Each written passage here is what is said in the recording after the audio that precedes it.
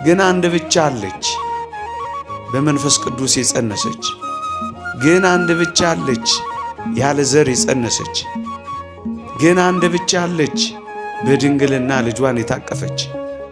ግን አንድ ብቻ አለች እሳትን ያጠባች። ግን አንድ ብቻ አለች ፈጣሪዋን የወለደች። ይህቺ ምድር ከዚህ ምስጋና በፊት የምናውቃት በመርገም እንደተሞላች ነበረ። አሁን ግን ለብቻዋ በጸጋ የተሞላች እናት ስላየን ይህንን ቃል ኦርቶዶክሳውያን በተመስጦ ስንደጋግመው እንኖራለን። ከሴቶች መካከል የተባረክሽ ነሽ ተብላ መዝሙር የተዘመረላት ምስጋና የጎረፈላት አንዲት ሴት ብቻ ላሳያችሁ።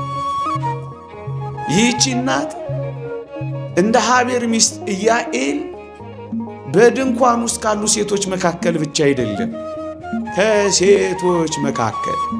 ለምን?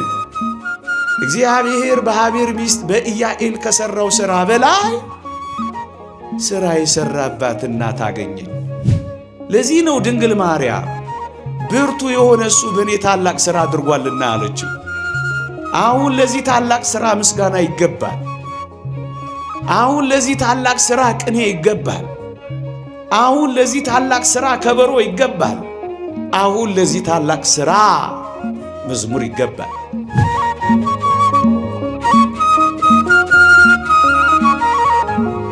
ጸጋ በጎደላት ምድር ውስጥ በጸጋ የተመላች አንዲት ብቻ አለች። እሷም የተወደደች ቅድስት ድንግል ማርያም ነች። ጸጋ ይሙላብሽ እንዳላላት እናስተውላለን። ወይም ደግሞ ጸጋ ይሞላብሻል ብሎ ትንቢት ተናግሮ ወይም ደግሞ እንደ ሌሎቹ ባርኮ አይደለም የሄደው። ልብ በሉ፣ የሞላብሽ ሆይ ነው ያላት። ታዲያ የተወደዳችሁ ክርስቲያኖች ማን ተሰጥቶ ያውቃል? የአምላክ እናት መሆን ጸጋ በምድር ላይ በእውነት ታይቶ ያውቃል?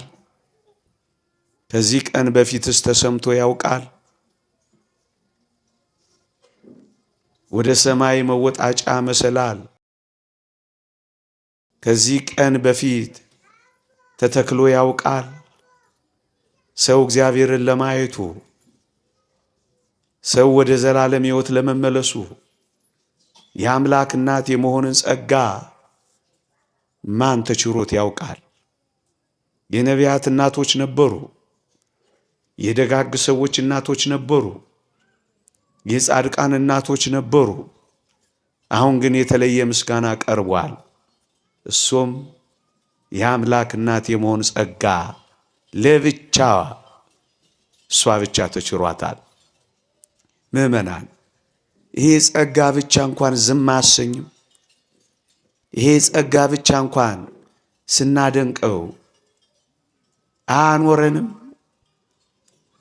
ይሄ ጸጋ ብቻ እኮ አይደለም ወገኖቼ። ያለ ዘር መጽነስ፣ በድንግልና መውለድ፣ በመንፈስ ቅዱስ መጽነስ፣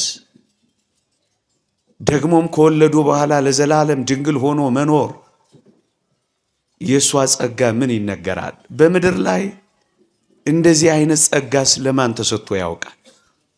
በድንግልና የወለዱ የምታውቁ ካላችሁ ንገሩን።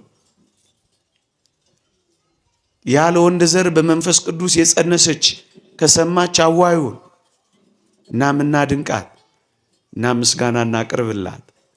ግን አንድ ብቻ አለች በመንፈስ ቅዱስ የጸነሰች። ግን አንድ ብቻ አለች ያለ ዘር የጸነሰች። ግን አንድ ብቻ አለች በድንግልና ልጇን የታቀፈች። ግን አንድ ብቻ አለች እሳትን ያጠባች። ግን አንድ ብቻ አለች ፈጣሪዋን የወለደች። ታዲያ ይህን ጸጋ ማን ሰፍሮት ማን ቆጥሮት ይደርስበታል? እራሱ ባለቤቱ እግዚአብሔር ጸጋዋን ይወቀው እንጂ። የተወደዳችሁ ኦርቶዶክሳውያን፣ የቅዱስ ጳውሎስ ጸጋ ተነግሮናል፣ መልእክት መጽሐፍ ተሰጥቶታል ይላል ቅዳሴያችን። የቅዱስ ሚካኤል ጸጋ ተነግሮናል፣ ምሕረት መለመን ተሰጥቶታል ይላል ቅዳሴያችን። የቅዱስ ገብርኤል ጸጋም ተነግሮናል፣ ማብሰር ተሰጥቶታል ይላል። የቅዱስ ጴጥሮስም ጸጋ ተነግሮናል፣ የመንግሥተ ሰማያት መክፈቻ ቁልፎች ተሰጥተውታል ተብለናል። አንዲት ግን ጸጋዋ ሰማይና ምድርን የሞላ አንዲት ብቻ አለችን፣ እሷም ማርያም ትባላለች። የጸጋው ሁሉ ምንጭ ናት። ጸጋን የሚሰጥ የጸጋ እናት የሆነች እሷ ብቻ ሆናለች። ታዲያስ ይህንን ቢያንስ ማድነቅ ያቅተናል? ይህንን ቢያንስ መመስከር ያቅተናል? የተወደዳችሁ ኦርቶዶክሳውያን ልብ በሉ። ይሙላብሽ ወይም ይቦላብሻል አላላትም። ቅዱስ ገብርኤል ከማብሰሩ በፊት በጸጋ እግዚአብሔር መሞላቷን መስክሮልናል። ወገኖቼ እዩ፣ ይህቺ ምድር ከዚህ ምስጋና በፊት የምናውቃት በመርገም እንደተሞላች ነበረ። አሁን ግን ለብቻዋ በጸጋ የተሞላች እናት ስላየን ይህንን ቃል ኦርቶዶክሳውያን በተመስጦ ስንደጋግመው እንኖራለን። ይህን የሚመስል ምስጋና ጥቂት የሚቀርብ እዛ ቁጥር 42 ላይ ሉቃስ ወንጌል ምዕራፍ 1 ቁጥር 42 ላይ አንቺ የተባረክሽ ነሽ፣ የማኅፀንሽን ፍሬ የተባረከ ነው የሚል የምስጋና ቃል መንፈስ ቅዱስ ካደረባት ከቅድስት ኤልሳቤጥ ተሰምቷል። እንደውም በድንኳን ውስጥ ካሉ ሴቶች መካከል የተባረከች ትሁን ተብላ የተመኙላት ምስጋና ያቀረቡላት አንዲት ሴት አለች። ምናልባት ምስጋናው ትንሽ ከተቀራረበ ብዬ ሳስስ ያገኘዋት መጽሐፈ መሳፍንት ምዕራፍ 5 ቁጥር 24 ላይ ታገኟታላችሁ። ከ17 ጀምሮ ልብ በሉ። ምስጋናን ከምስጋና ለማነጻጸር በመሞከር የምናደርገው ጥረት እንጂ የዚህችን የተወደደች ቅድስት ድንግል ማርያም ውዳሴና ምስጋናን የሚስተካከል የት ይገኛል? ግን ጥቂት እናያት። የሃቤር ሚስት ኢያኤል ትባላለች። መጽሐፈ መሳፍንት ምዕራፍ 5 ቁጥር 17 እንዲህ ተብላ ትወድሳለች። በድንኳን ውስጥ ካሉ ሴቶች መካከል የተባረከች ትሁን ተብሎ ምኞት ቀርቦላታል። እስኪ ጥቂት እንፈትሻት። የከነዓን ንጉሥ አለቃ ሲሳራ እስራኤል ባስጨነቀ ጊዜ እስራኤልና የከነዓን ንጉሥ በተዋጉ ጊዜ ጦርነቱ ቢከብደው መዋጋቱ ቢጨንቀው ውሽንፍርና ዝናብ ነበርና ከጦርነቱ ፈቀቅ ብሎ ሮጦ ያመለጠው ሰው የከነዓን ንጉሥ አለቃ ሲሳራ ነው። ሮጦ ግን የሄደውና ያመለጠው የት መሰላችሁ? ወደ እስራኤል ልጆች ድንኳን እግሩን እንደመራው እንደፈረጠጠ የደረሰው የእስራኤል ልጆች ድንኳን አካባቢ ነበር። አንዲት ሴት አንድ ድንኳን በር ጋር ቆማ አገኛት። እናም እንዲህ አላት፣ እባክሽን ውሃ ስጪኝ፣ እባክሽን ውሃ ስጪኝ አላት። ከጦርነቱ ሮጧል፣ ደግሞም ደንግጧል፣ ፈርቷል፣ ደግሞም ጨንቆታል፣ ማረፍን ፈልጓል። ውሃ ስጪኝ አላት። የድንኳኗን በር ከፈተች፣ መጋረጃዋን ገለጠችና ናገባ አለችው፣ አስገባችው። ውሃ ለመናት፣ እሷ እርጎ ሰጠችው። እርጎውን ጅው አድርጎ ጠጣ። እናም በጣም ደክሞት ስለነበር እንቅልፍ ጅው አድርጎ ወሰደው። የሃቤር ሚስት ኢያኤል ጠጋ ብላ አየችው፣ አወቀችው። ለካ ብርቱ ጠላቷ መሆኑን ተረዳችው። የከነዓን ንጉሥ አለቃ ሲሳራ መሆኑን አወቀችው። ከዚያ ምን አደረገች መሰላችሁ? መጽሐፍ ቅዱስ እንደሚነግረን የድንኳኑን ካስማ ብረት ነቀለችና በጆሮ ግንዱ ተከለችበት፣ ገደለችው። ጠላቷን አዋረደችው። ባረቅና ዲቦራን መስፍኑንና ነብይቱን እየሮጠች ሄዳ ጠራች። አሁንም የድንኳኗን መጋረጃ ከፈት አድርጋ ስታሳይ የከናን ንጉሥ አለቃ ሲሳራ ተዘርሮ ወድቋል። ደሙም በእስራኤል ድንኳኖች መካከል ባሸዋው ላይ ይፈሳል። ባርቅና ዲቦራ እንዲህ አሉ፣ እግዚአብሔርን ከፍ አድርገው በምስጋና በቅኔ በከበሮ እግዚአብሔርን አመሰገኑ ይላል። ለእግዚአብሔር ዘምረውለት ለእግዚአብሔር ቅኔ ተቀንተውለት ሲጨርሱ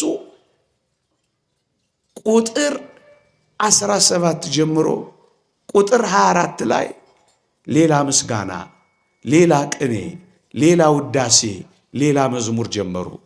ምን አሉ መሰላችሁ? የሃቤር ሚስት ኢያኤል በድንኳን ውስጥ ካሉ ሴቶች መካከል የተባረከች ትሆን አሉ። ከዚያስ ገድሏን ይዘረዝሩ ጀመር። ምን ብለው?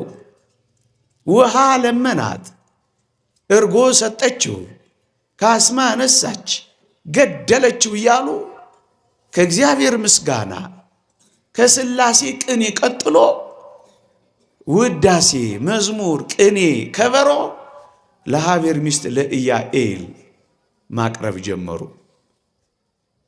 የተወደዳችሁ ክርስቲያኖች ለዚህ ሴት በድንኳን ውስጥ ካሉ ሴቶች መካከል የተባረከች ትሁን ብለው ቅኔ ያቀረቡት፣ መዝሙር የዘመሩት፣ ከበሮ የመቱት፣ ማህሌት የቆሙት፣ ምስጋና ያጎረፉት ለምን እንደሆነ ታውቃላችሁ?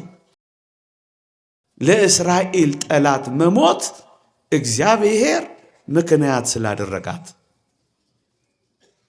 አሁን ፊታችንን በድንኳን ውስጥ ካሉ ሴቶች መካከል የተባረከች ትሁን ከተባለችው በጣም ዘወር እናድርግና ከሴቶች መካከል የተባረክሽ ነሽ ተብላ መዝሙር የተዘመረላት ምስጋና የጎረፈላት አንዲት ሴት ብቻ ላሳያችሁ።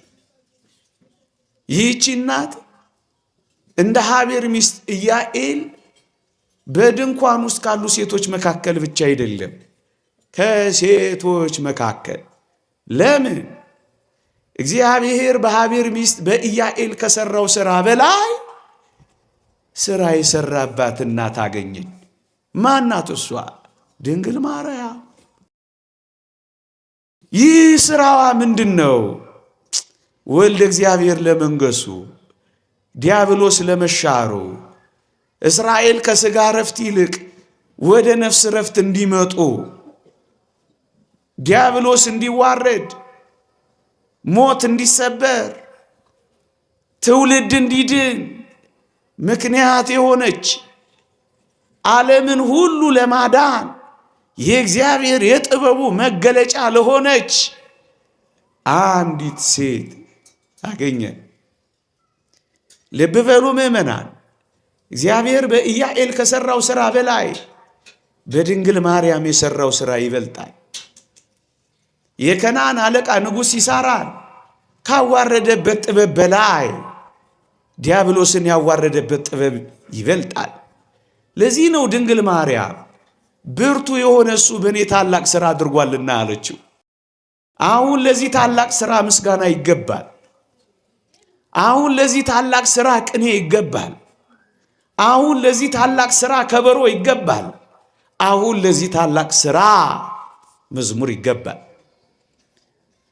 ታናሽ ሥራ ለሰራችው ለሃቤር ሚስት ለኢያኤል ወዳጄ ቅኔ ተቀኝተውላታል፣ መዝሙር ዘምረውላታል፣ ከበሮ መተውላታል፣ ማህሌት ቆመውላታል፣ ውዳሴ አጉርፈውላታል። ወዳጄ ለሚያንሰው ሥራ ከበሮ ከተመታ፣ መዝሙር ከተዘመረ፣ ቅኔ ከቀረበ ከሥላሴ ምስጋና ቀጥለው ለዚህ ሴት ገድሏን ከዘረዘሩላት ለምትበልጠው ሥራ ለተሰራባት በድንኳን ውስጥ ብቻ አይደለም ከሴቶች መካከል ተብሎ ለተነገረላት ለዚህች ቅድስት ድንግል ማርያም መዝሙር ብንነፍጋት አይገርማችሁ?